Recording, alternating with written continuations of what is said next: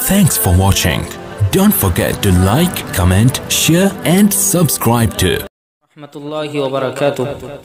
मुहतरम सामिईन, बाज़ लोगों की तरफ से ये सवाल किया जा रहा है कि लॉकडाउन तालाबंदी की वजह से हम लोग घर से दूर थे, अब सरकारी परमिशन हासिल करके हम घरों को रवाना हो रहे हैं, तो क्या हमें भी रोज़ा रखना होगा या न रखने की रुख्सत हमें हासिल होगी?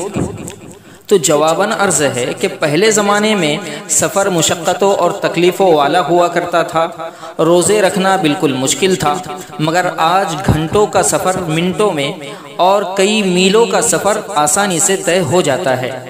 फिर भी सफ़र में इफ्तार यानी रोज़ा न रखने की इजाज़त व रुख्सत हासिल होगी, क्योंकि तवील तरीन सफ़र की मुशक्क़त व तकलीफ़ अगरचे ख़त्म हो जाती है, मगर ख़ुद सफ़र भी रुख्सत की इल्लत है जो बाकी रहती है।